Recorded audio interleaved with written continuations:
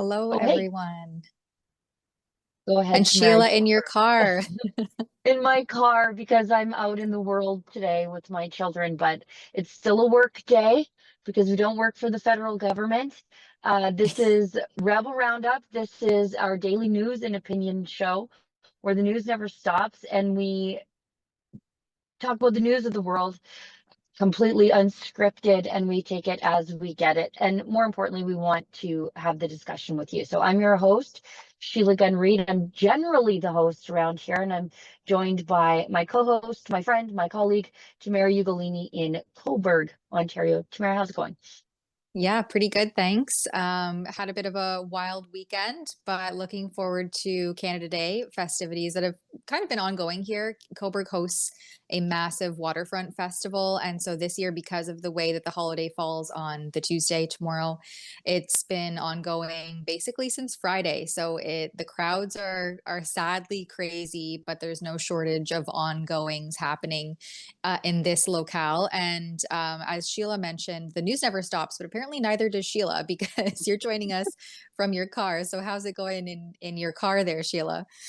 Oh gosh, it's been a busy few days. I was at a rodeo for a few days, and my daughter's playing in rugby for she's playing provincials in rugby today. But it is still a work day, so I was up working, writing articles at 7 a.m. and yeah, it's a very busy day. But it's weird in Alberta with Canada Day looming, or as David Menzies would say, Dominion Day looming, because there's not a lot of Canadian flags anywhere Right.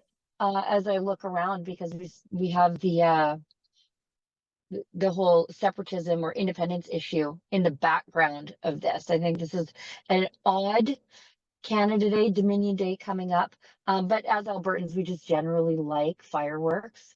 So, I mean, we don't need to celebrate Canada to have our fireworks anyway. So I'm sure there will be a lot of Yeah, that it's this so weekend. strange.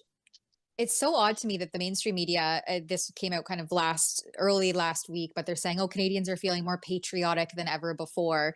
And I'm looking Where? around and I'm going, mm, who and yeah, where exactly are Canadians feeling more patriotic than they have been previously? But maybe it's the ones who were swooned by the elbows up rhetoric of Prime Yeah. Minister Carney, which has now, his elbows are now down, which we'll get to later in the stream. But before we get into the news pieces for today, I wanted to share with everyone that Rebel News has turned 10 years old. Sorry, it is turning 10 years old, and Well, we did, we but did. we're celebrating it because the news moves so quickly and never stops. So we haven't had a chance to say, wait a minute, we need to celebrate Rebel's birthday. So Rebel News turned 10 years of bringing you the other side of the story and the contrarian perspectives to our state broadcaster. So we wanted to take a moment to invite everyone to the celebration. It's happening on Thursday, September 18th. And I guess by that point, we'll actually be 10 and a half. And it's happening in Calgary. There will be live music, cocktails, hors d'oeuvres, and of course, one-on-one time with your favorite rebels, both past and present. So if you want to check it out, you can go to happybirthday rebel.com and find out more about the event, get your tickets. That'll be again Thursday, September 18th in Calgary for our Yeah. 10th birthday bash. Yeah, it's always such a good time to meet and mingle with people in Yeah. person. So head on over to happybirthday rebel.com, get your tickets and find out more. Yeah, and All this will right. be it'll be a fun event because usually when we meet and mingle with our Rebel friends and supporters, it's at something like Rebel News Live, and it's work. Like it's work. We're working hard all day at those things because, um, Yeah. well, we don't have a CBC budget, so this will be more of a fun thing, which I'm really looking forward to. Exactly. Yes. Okay. So getting into, oh yeah, and it's happening at the carriage house, and I believe it begins at 6. So there you have it. All Great. the details are there, happybirthdayrebel.com. So we have the by-election for Pierre Poilievre has finally been called. We are going to chat about Carney folding to Trump. His elbows are now officially down. I mean, I would say they have been all along, but anyway. And Dr. Theresa Tam wins the Order of Canada because Oh my only goodness. the most offensive pandemic profiteers are the ones that are getting rewarded. So first and foremost, we'll start off maybe with that Carney folding to Trump, and I'll have a video on this later today. Actually, hopefully in the next hour. Well, we're on the stream for an hour, so hopefully in about an hour and a half. But yesterday, Wait, Prime before we Minister go, Car I know we're headed into a long weekend and we have long weekend vibes right now. And I'm not in the studio, but we forgot to tell people how they can support the work that we do at Rebel News. So yes, if sorry. yes, Yeah. no, it's okay. So if you are watching us on Rumble, we appreciate you sticking out on that wonderful free speech platform that really stood by Rebel News when nobody else would. So if you're watching us over there, you can support the work we do and allow us to democratize the show, let you have your say on important issues by leaving us a paid chat. It's called a Rumble Rant. If it's over the $5 US cutoff, we will read it. We're obligating ourselves to read it on air. If it's under that, we'll do our best to get to it. If you are watching us on YouTube, where we remain miraculously remonetized, you can leave a super chat over there. Or if you're watching the recorded version of the show and you are moved by the spirit to support us, you can leave a paid chat. It's called a super thanks. That's a little paid comment after the fact. And we do all of this because we will never take a penny from, well, Mark Carney now to do the work that we do, because the work that we do is holding him to account on behalf of Canadians. So that's how you can get involved in the show. Tamara, take it away. There you go. And we have a Rebel News petition success story to share with everyone as the government of Mm-hmm. Canada. They have rescinded their digital services tax called the DST. So on Friday, Ezra launched a campaign, stoptheinternetax.ca, which called on the Carney Liberals to rescind this absolutely ridiculous digital services tax. It actually received royal assent back in June of last year, but it was set to be implemented, I think, sometime this coming week. And then as soon as Trump took to Truth Social last Friday and called out this nonsense tax and said that he would be immediately halting any sort of trade negotiations with Canada so long as this tax was going to be implemented.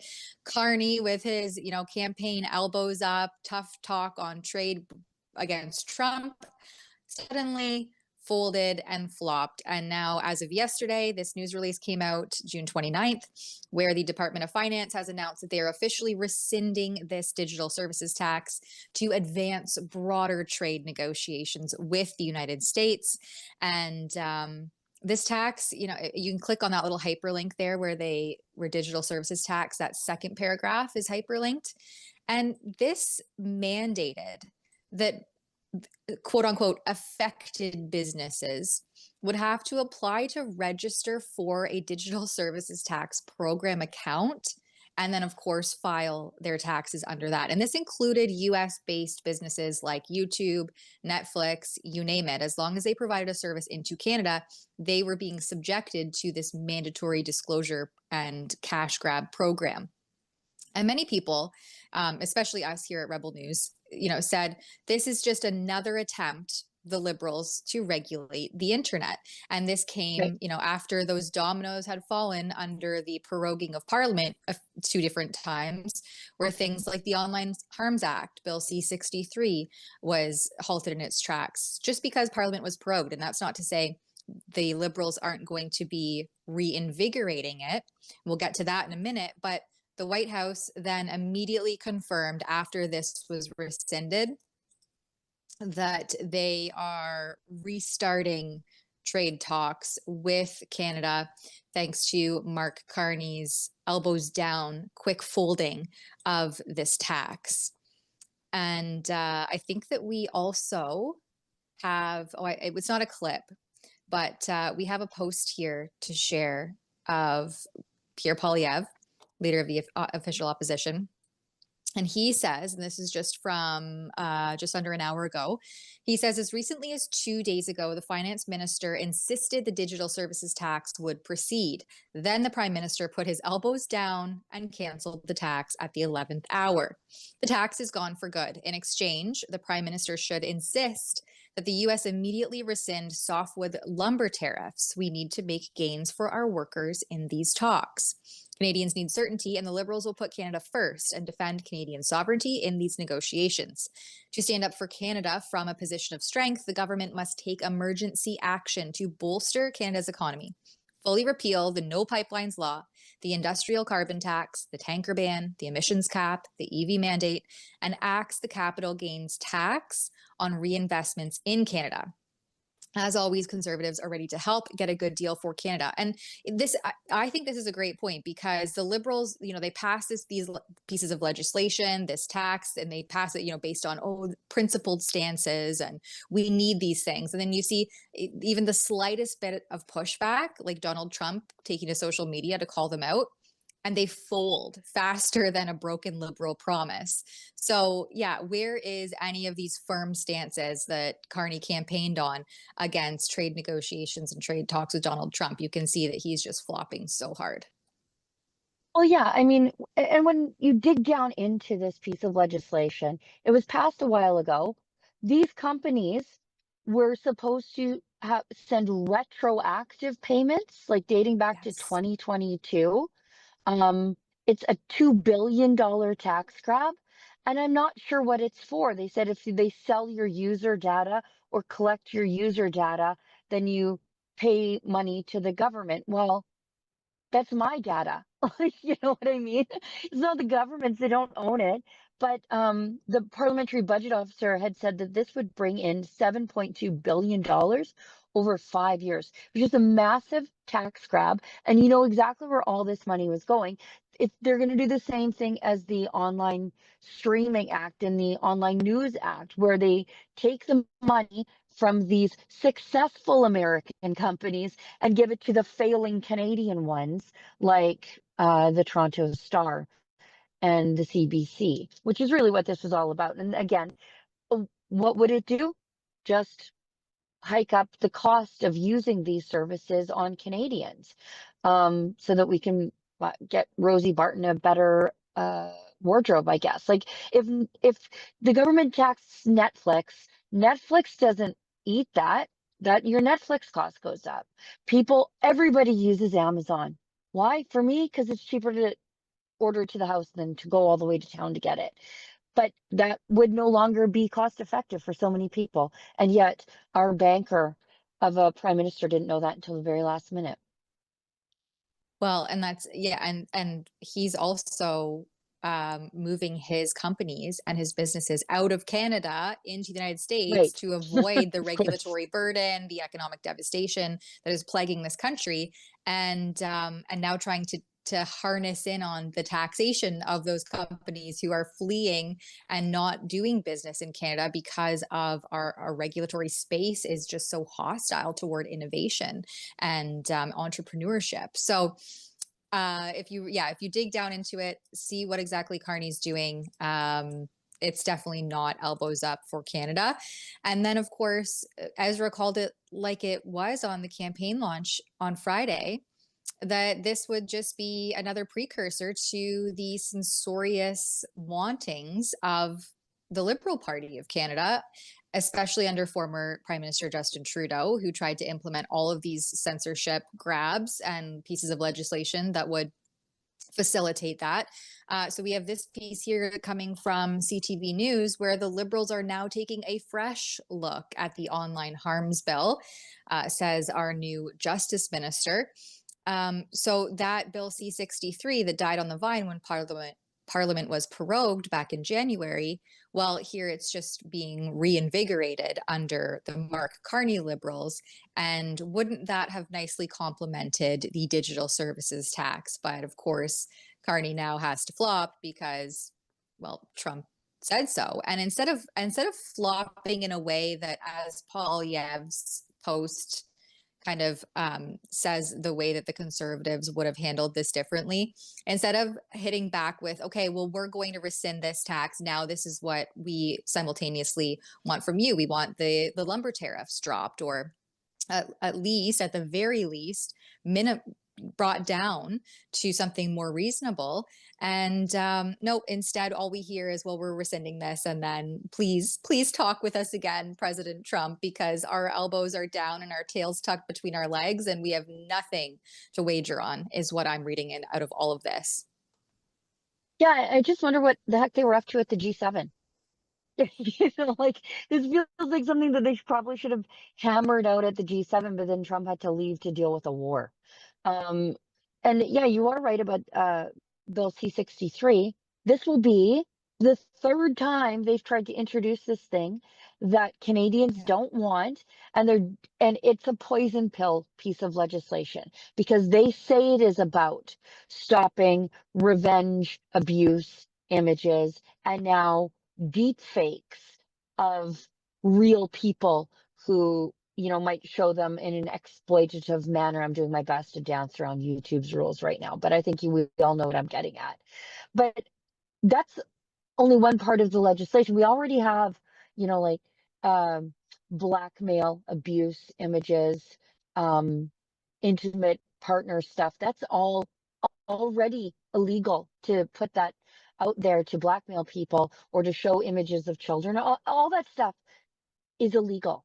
And now they're saying, well, now we need this because we have to deal with deep fakes of this, deep fakes of real people who might be depicted in this stuff. But that's not at all what it's about, because you could just make that illegal if you wanted to. You don't need to do all the other stuff about pre-crimes and causing people potential detestation.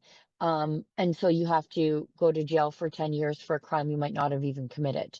Um, there are ways to do this and to make the internet, as much as I hate to use their language, a little safer, without outlawing every ability of Canadians to speak their minds online, and annoy people. Because basically, a lot of the things that you say and do that annoy the Liberals could be illegal under Bill C-63. Yeah, and it's just aligning Canada more with the European Union. And as we've seen, even places, well, like the UK and Germany, who's cracking down, and Australia even, but they're not part of the EU, but the EU is cracking down on what people post on the internet, calling it criminal and hate speech and all of these things, and showing up with armed guards to seize people's electronics when they're found to have posted, like in the one case, a German man, his home was raided at like just after 6 o'clock in the morning because he posted some sort of comedic meme that was offensive Right. to the government, and they seized all of his electronics to make sure that, I don't know, he wasn't some sort of like domestic terrorist for criticizing the government. So this Yeah. is more akin to what they're doing in the EU. And as we've seen, Carney is trying to align us more, calling us Right. more European than any other Western nation, and calling our ties, saying the relationship that we had with the United States historically as close partnerships and allies is over. So Right. this is all kind of in line with where the Liberals are trying to take this country, and I would say the vast majority of Canadians don't obviously agree with it. But here we are. And so that is why I think this federal by-election is so important. And it's just been called for August 18th. It will be happening in Alberta's Battle River Crowfoot riding, which is, Yep. I think, one of like the strongest and safest conservative ridings in all of the country. Yeah. So former conservative MP Damien Carrick has resigned so that Pierre Poilievre can run for his seat there. Of course, after Poilievre was beat out of his own riding due to some of the changes that happened in that riding over the last, I think it was about a year ago, that they started to change the riding lines and jurisdiction in there. And so he lost that riding for the first time in, I can't remember, what was it, 20, 23 years, I think it was, that he held Yeah. that riding. Yeah. Yeah, and then he Yeah. lost it, and so now he'll be running in this Alberta riding, and Carney has just given it the go ahead. Yeah. This is such a massive riding, by the way. Like, this is the deepest conservative riding, or at least not the deepest. It's one of them. It's right up there with David Bexty's riding. Um, Damien Carrick first won this riding in 2019 with 86% of the vote. Like, it's like the other people didn't show up just to run, and he just won it with 83 percent of the vote, which is still massive. And the riding itself is the size of several European countries. So it runs basically from east of Edmonton um, to east of Calgary, just a little bit south of Edmonton, just a little bit north of Calgary. And so that's like and then all the way to the Saskatchewan border. And this is farmland, this is oil and gas, this is coal mining country, this is ranch land. These are, your sports shooters, your people affected by canola tariffs, the people who are affected by export markets every time Carney says something stupid to Trump and then we get a tariff. These are people who are deeply affected by this. These are your most reliable conservative voters in the country. They can't vote any harder conservative, and this is such a safe riding for Poilievre. And moving him into that riding means, I think, that the party has no desire to replace him as leader. Why would you? Exactly. Why would you put the effort forward to funnel all of those resources into this by-election if he weren't going to move forward as the leader of the Conservative Party of Canada? Yeah. And I think that the people, the perception of Poilievre is only going up in the polls as Carney Yeah. continues to flop and fold, right? So many Canadians were hoodwinked by his literally campaigning on elbows up, tough talk on trade, tough against Trump.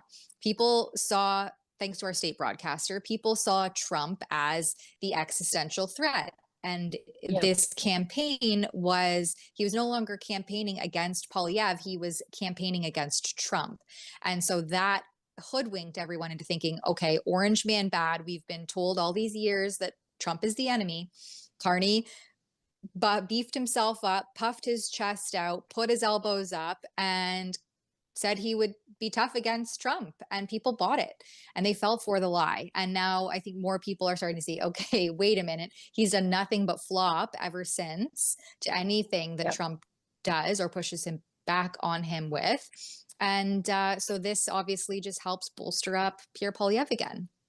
And Yeah. all of that, I think, is so true as we look into immigration and what he has been saying on the immigration file, which was so underspoken about during the campaign trail, has been so underspoken about for, I don't know, 5 years since we saw this Yeah. massive influx during COVID that has not restored back down to pre-COVID levels, and especially in 2021 and 2022. And so just on Friday, the headline came out that the federal immigration minister plans to hold consultations on immigration intake. I mean, I don't know how many consultations, I guess that's just fancy words for we're going to use your taxpayer dollars to see and have conversations. I think the proof is pretty clear in the pudding, which is what Poilievre is saying. We need massive and immediate reduction in incoming international students. We do not have housing, jobs, and healthcare. Yeah, it's literally crumbling our social services systems. Yeah. Yet the Carney Liberals continue with another 500,000 students this year. Immigration levels must be cut to bring down population while we focus on jobs, homes, and healthcare for Canadians. I mean, yeah, this isn't this isn't crazy talk here. This is This is so basic math. reasonable. Yeah, This is so basic math. We reasonable. have X amount of houses. We have X amount of hospital beds. We have X amount of jobs. If we bring in people to exceed that, we have inflated unemployment. And I think, I wish that Poilievre had really been harder on this during the campaign. And I know he did talk about it during the campaign, but we have seen consistent polling for the last 5+ years that across all political parties, including the NDP, people think immigration numbers are too high. Imagine being able to steal some liberals and some NDPers who are affected by these ridiculous immigration targets, if you were speaking their language on this one issue, because this is an issue, all the polling shows goes across all political parties. Canadians say our immigration numbers are too high. If you just really bang the drum on this, I think he could have put it over the finish line in at least some key ridings that mattered. Yeah, absolutely. It's unfortunately too little too late on the immigration file. And I mean, we could have looked to the UK and what's happening Mm. in Europe to see that this is a failed ideology. That's the open border concept of open borders. It's not working out anywhere that it has occurred. And we could have stopped this before we ended up in this mess. But now, unfortunately, we're to use elbows rhetoric even more, we're elbows deep into this absolute travesty and devastation of unmitigated immigration. And it's going to take real leadership and real change to turn this ship around. And so Poilievre is getting there, I think. But yeah, absolutely, it should have started a lot sooner. And especially as those stats started to come in 2020, 2021, 2022. I mean, that's 3-4 years ago. And we could have said, whoa, hold on a second. This is quite literally unprecedented. And we need to at least like pull the brakes a little bit and reassess where all of these people are going to go, how were this is being funded, who's paying for all of this, because newsflash, it's us, the taxpayers, and how this is going to strain all of our systems, including something that we really don't talk enough about is even just the strain on the food banks and Yeah. the systems that are in place for people and Canadians who are actually struggling and cannot buy food or afford to put groceries on the table for their families, for their children. And that number only continues to grow. The number of children living in poverty only continues to grow under this liberal government. And then you hear reports of immigrants coming in who realize that there's a system in place where they can hone in on free groceries and free Yeah. food, and then they capitalize that and don't leave anything left for the other guys who are actually legitimately struggling because of the discrepancy between the cultures that we've brought into our country, where we come from a very high trust society, and some of the people that we're bringing in unfortunately do not. Yeah. Um, and it, there is this ideological clash between this influx of immigrants, because we're bringing them in at such a rate that they cannot integrate into our societal acceptable norms. Um, we have a problem with hate marches in this country. And I guess the plan is to bring in more people from hate marchy type places, where, the support, Gaza, where the support for Hamas, uh, it rose after October 7th, after they saw those atrocities. I just see this tweet, sort of on a similar topic, from Michelle Rumpel-Garner. She is the member of parliament for Calgary Nose Hill, Conservative member of parliament. And she's talking about this Bob Villain. Is that how you say his name? BBC broadcast Bob Villain at Glastonbury at the music festival, calling on the murder of the IDF, and the BBC broadcast it despite a delay. I'm sure these things aren't broadcast live without a delay. After, yeah, he said death to the IDF. The UK Prime Minister wants answers from the BBC, and Bob Villain is supposed to go to the US on a series of tour dates. They just yanked his visa. They said, the hell you're coming. And she is calling on uh, Canada's immigration minister, Lena Metledge-Diab, who is embarrassingly learning everything on the job, to do the same. And I'm curious to see if that's going to happen. Well, it turns out he's scheduled to play, it looks like Vancouver, Calgary, Edmonton, Winnipeg, Toronto, Montreal this coming December. So I think Michelle is also calling on the Canadian government to do the same and deny Yeah, any, well, as she says, deny any requests from this group to enter Canada. Yeah, we'll see if any real actionable steps will be taken to do that, as the government seems to care so deeply about hate speech and censorship. Well, here's a way that they could actually, maybe affect some reduction in the spread of hate. right. But who knows? Maybe this is the time the government will say, well, this is free speech. While still prosecuting truckers for honking. So Yeah, who even knows? that's the upside down world that we live in. Maybe do Yep. you want to take a quick ad break, Sheila, and then we'll come back Yeah. to discuss our final headline on Dr. Tam winning the Order of Canada and get to some other Good news grief. too. For Ugh, what? right. Do you agree with me? It is time to make Canada great again.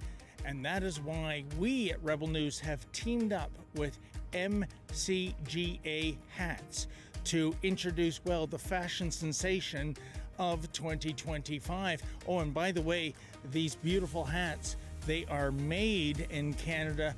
We don't rely on cheap imports coming over from China. So what are you waiting for, folks? Show your pride. This is the perfect thing for a patriot to wear, or maybe there's a patriot in your life that you would like to gift such a hat. Please go to mcgahats.ca. That's mcgahats.ca. Don't be shy about it. Wear this cap. Let everybody know you want to make Canada great again. Tired of supporting woke coffee companies that hate your values? Tired of drinking coffee that comes with the burnt, bitter taste of communism? Switch to fresh roasted, specialty coffee from a family-owned company built on faith, family, and freedom. Skip the shipping. Get free coffee and some cash for gas, groceries, and ammo by becoming a Resistance Coffee Outpost today.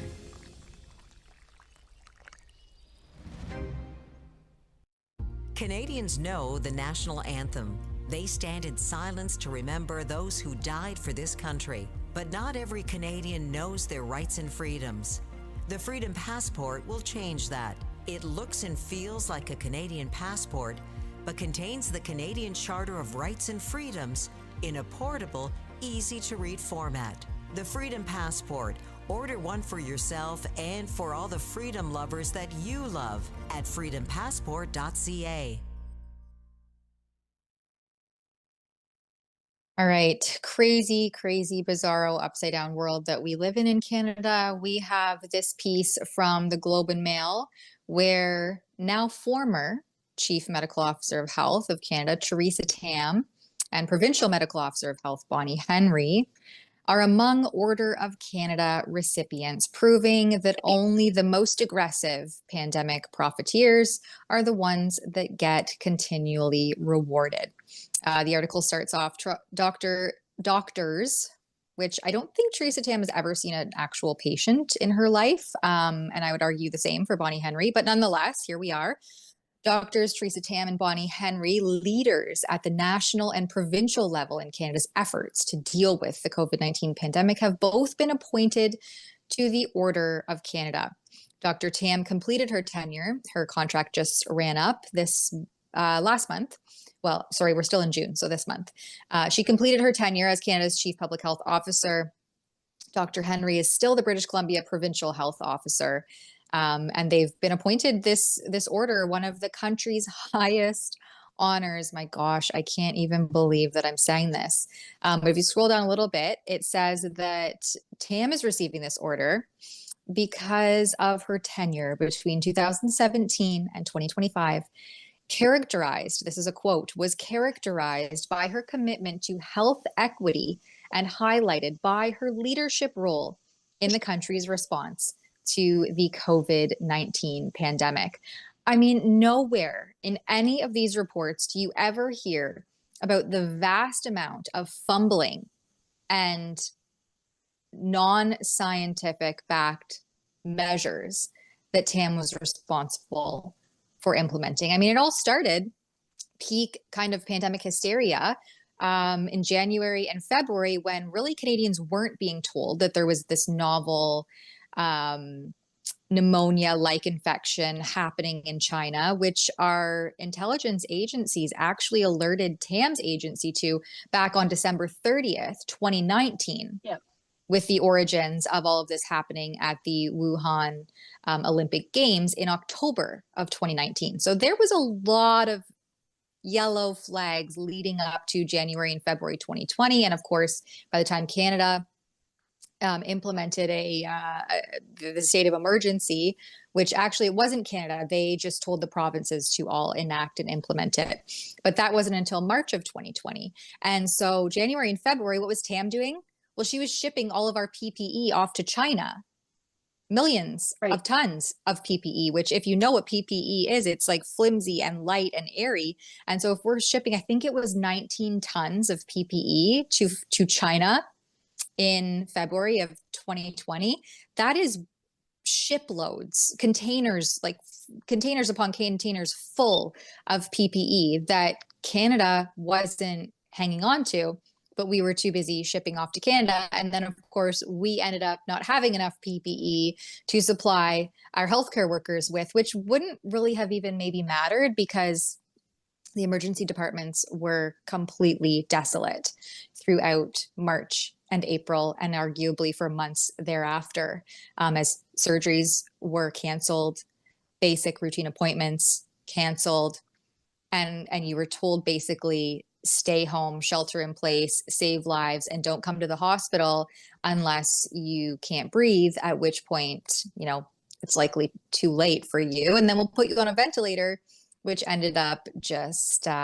maiming more people than actually helped. So and that's just the beginnings of the pandemic. There's so much more that happened thereafter, and no one has spoken or been accountable or had transparent dialogue about any of that. Instead, we're giving these people the highest order of Canada. This is absolutely crazy.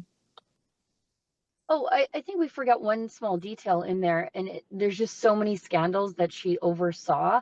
So it is difficult to remember them all. And if you guys can't hear me, I'm sorry, my earbuds just went crazy. So now I think my Jeep picked everything up. But again, this is a very live show. Let's never forget that she oversaw an agency that was created to deal specifically with pandemics, and then they didn't rotate the warehouses of PPE, and they had to throw out 2 warehouses of PPE when her agency only exists for pandemic readiness. And I feel like having the PPE on hand and rotating might involve readiness, and she didn't do that with 2 warehouses. And then they sent whatever they had left to China.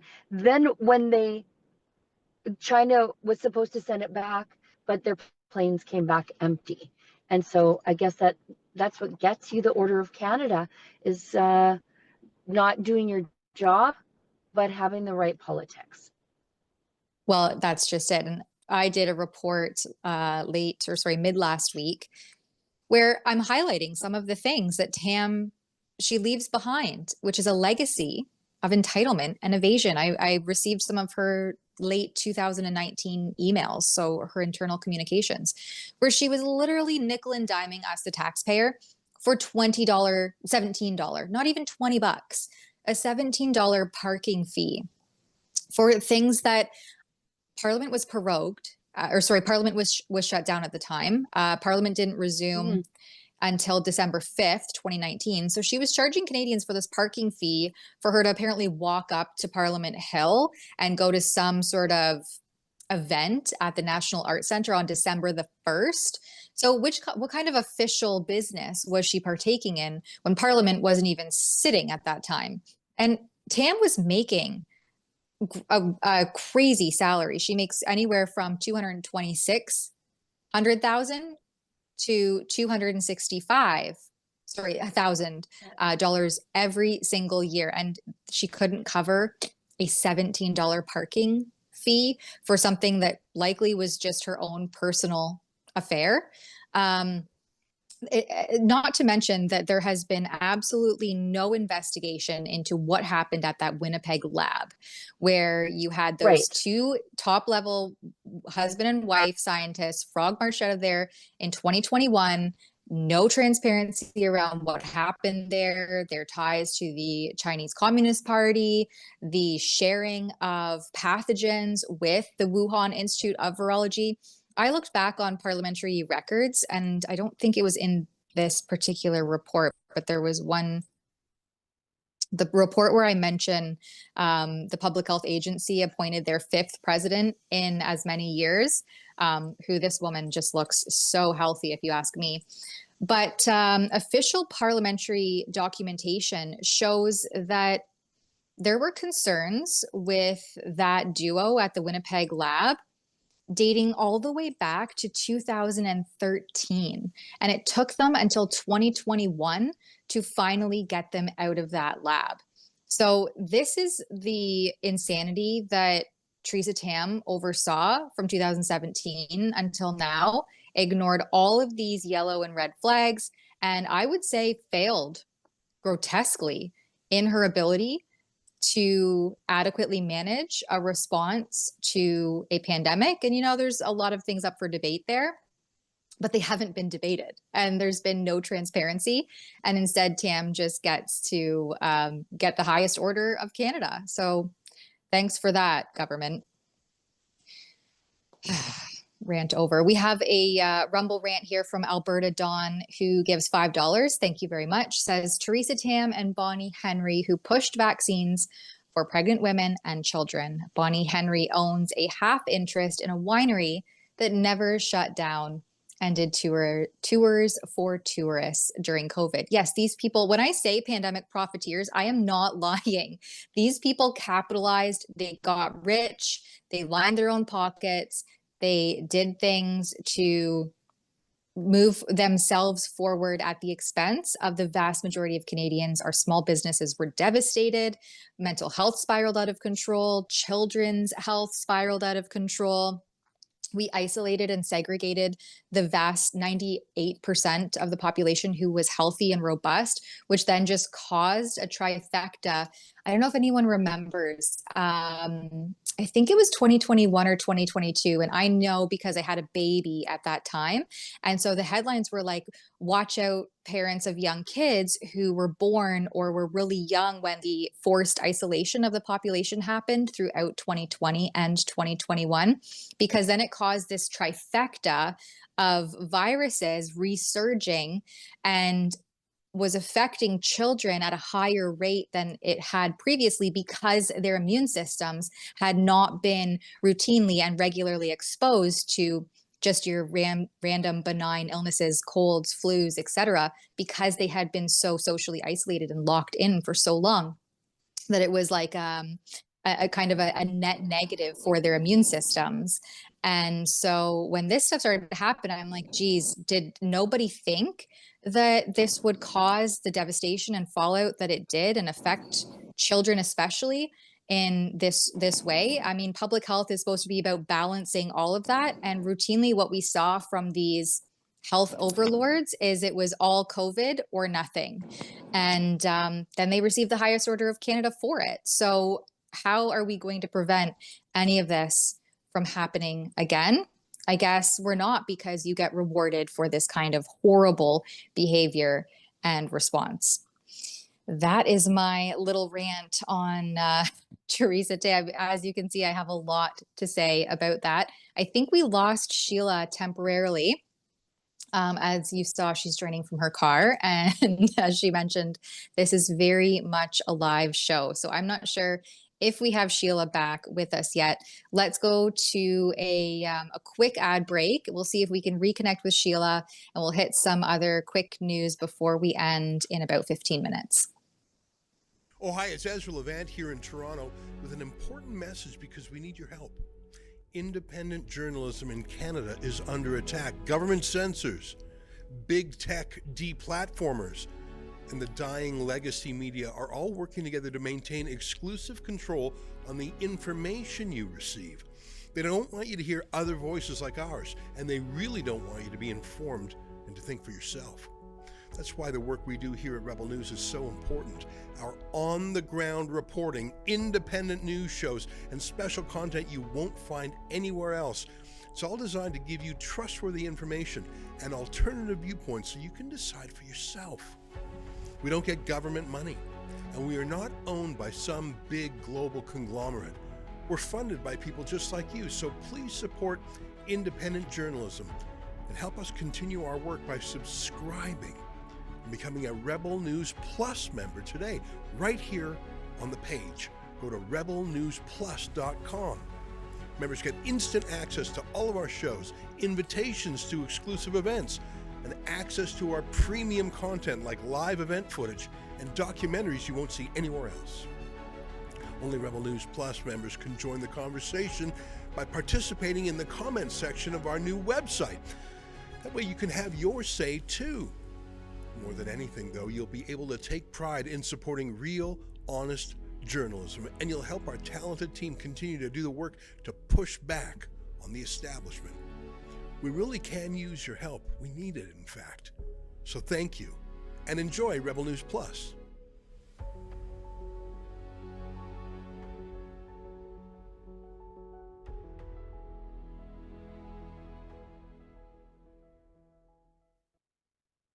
All right. Welcome back, Sheila. Sorry. So, no, that's fine. It's like everybody knows, it's a live show and it's subject to some technical difficulties sometimes. So perhaps everyone knows, but if in case you weren't aware, which I mean, I was, but then I forgot, and I would have liked to have for it to have remained that way. But nonetheless, this past weekend was the Toronto Pride Parade. And so, of course, there's lots of fun footage coming out. And I think even we will have a report on some streeters there. But this video here comes from Beth Bash, who's a multimedia journalist for the, and also does socials for the Post Millennial, captured some of the Liberal Party of Canada taking part in this march. And there's some really gross messaging on some of their shirts. So let's shield your virgin eyes. Let's take a peek at this, and then we'll chat about it.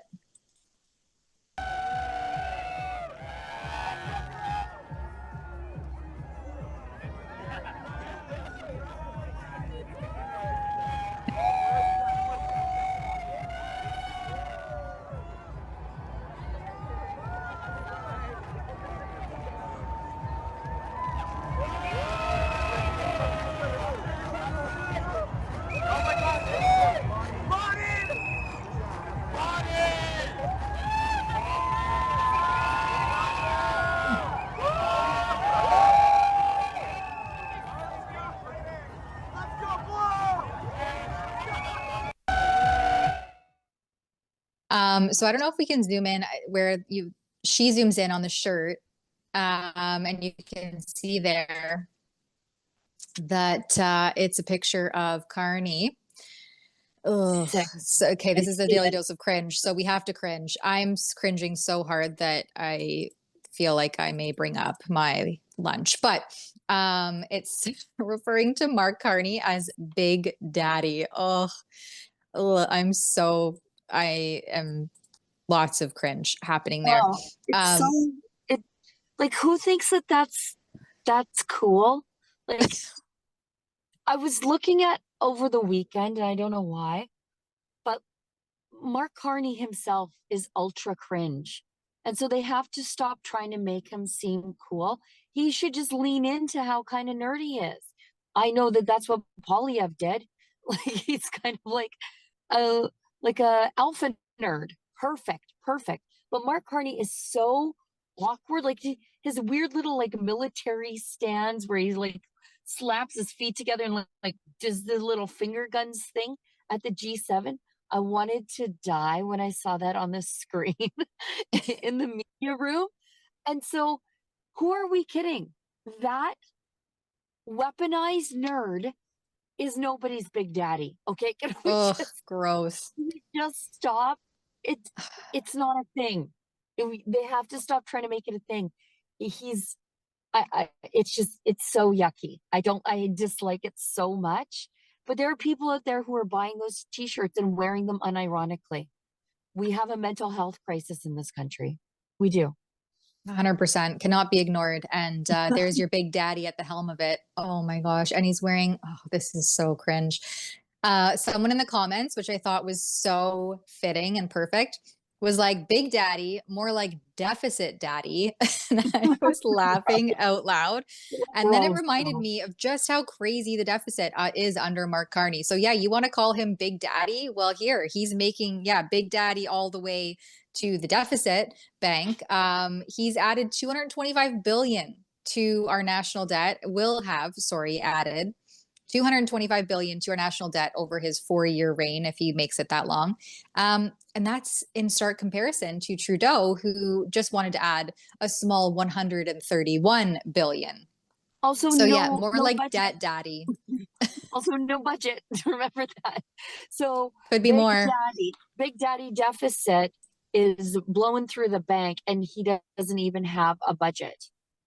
Yeah, that's Big Daddy deficit. There you have it. Oh, we have a couple more cringe moments from, okay, we showed that one. Hold on, let me just see. Here's from Alexa. So she was in the heart. Oh no. Okay, you definitely have, I don't think we can show this on YouTube actually. There's full nudity. Oh no. Yeah, thank you. We blurred it out. So gross. There's Alexa reporting with some full-on nudists at the Toronto Pride Parade this weekend.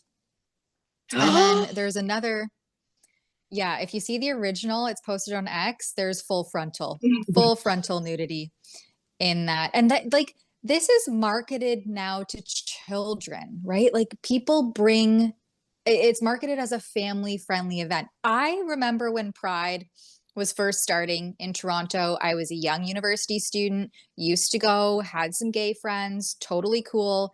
I was a consensual adult, you know, yeah, a young adult, but I was a consensual adult. And I don't ever remember seeing any kids or families at the Toronto Pride events. Never. Right. And it was like weird if you brought your kids, right? You'd be like, oh, what is that person doing bringing their kid to this, you know, sex parade? And now it's promoted as a family-friendly event, and there's like full-on old men just walking around fully nude. And this is so gross. There's another post here. I found the blurred version of Alexa's tweet.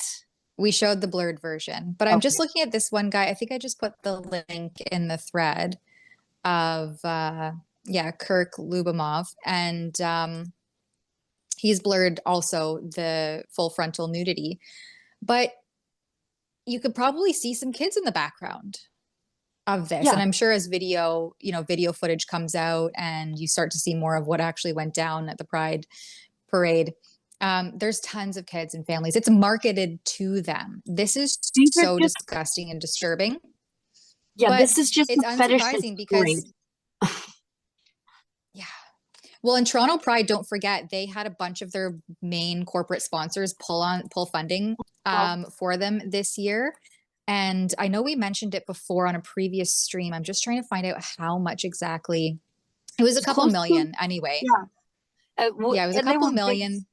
Big sponsors like Home Depot. And then Olivia Chow was like, we need to boycott Home Depot. Why? You're not entitled to their money. They don't have to pay for your naked man parade.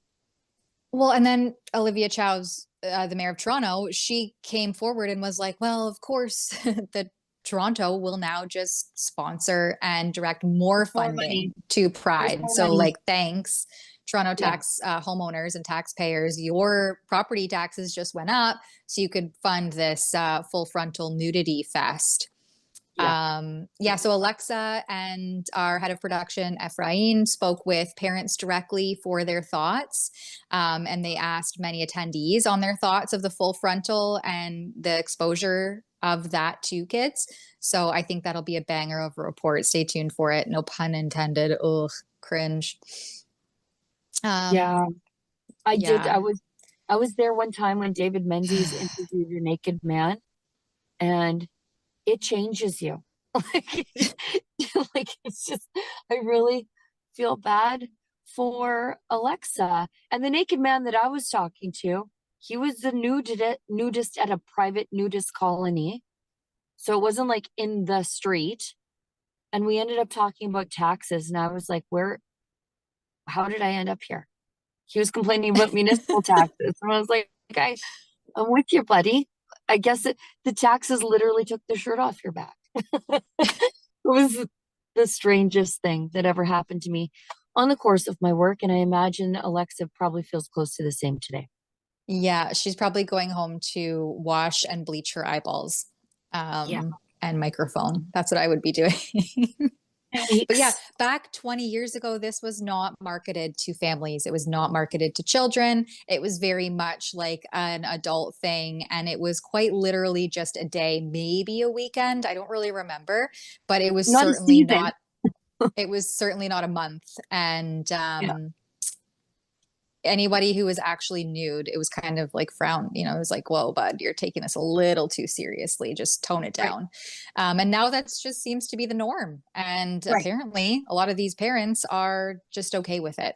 And it's just, gross. I mean, also like, welcome to not setting your kids up for success in terms of like the rate of the rate. And maybe we can't say certain things on YouTube, but like protecting your children from, weirdos and people who do disturbing things, and putting that boundary in place and saying like, hey, certain parts are private and we don't expose our parts to anybody. And we likewise don't have anybody expose their parts to us, because that's weird.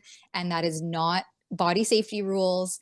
And I think that intentionally exposing children to this sets them up for predatory forces to capitalize, sadly. So yeah, really cringe. Sorry to all of our viewers for the world-class ick coming out of the Toronto Pride Festival festivities. Hence why some of their top corporate sponsors are probably like, you know what, this is getting kind of weird. We're just going to pull back now.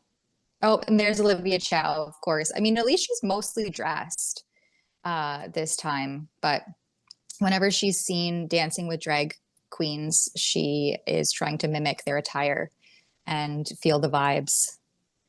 My goodness, what kind of weird world do we live in? Maybe we can just end on that one of the clips of Chow getting low. There was one we played a few weeks ago where she got really low with a drag queen at one event. So anyway, I think we lost Sheila again. So I'll just end the stream here. Thank you everyone for joining us. Thanks for the super chat, Rumble rant, whatever it was. And I guess tomorrow is Canada Day, so we won't have a stream tomorrow, but happy Canada Day, Dominion Day to all of our fellow Canadian patriots. I hope you have a great holiday. Get out there, celebrate, show some national pride in spite of Mark Carney's elbows up nonsense. And we'll be back again Wednesday, same time, 1 to 2 p.m. Eastern. And that's all from us. So happy Canada Day, friends. We'll see you on Wednesday. Prime Minister Carney in caved to President Trump in the United States of America. And President Trump knows how to negotiate, and he knows that he is governing the best country and the best economy in this world, on this planet. And every country on the planet needs to have good trade relationships with the United States. And it was a mistake for Canada to vow to implement that tax. That would have hurt our tech companies here in the United States. The president made his position quite clear to the Prime Minister, and the Prime Minister called the president last night to let the president know that he would be dropping that tax, which is a big victory for our tech companies and our American workers here at home.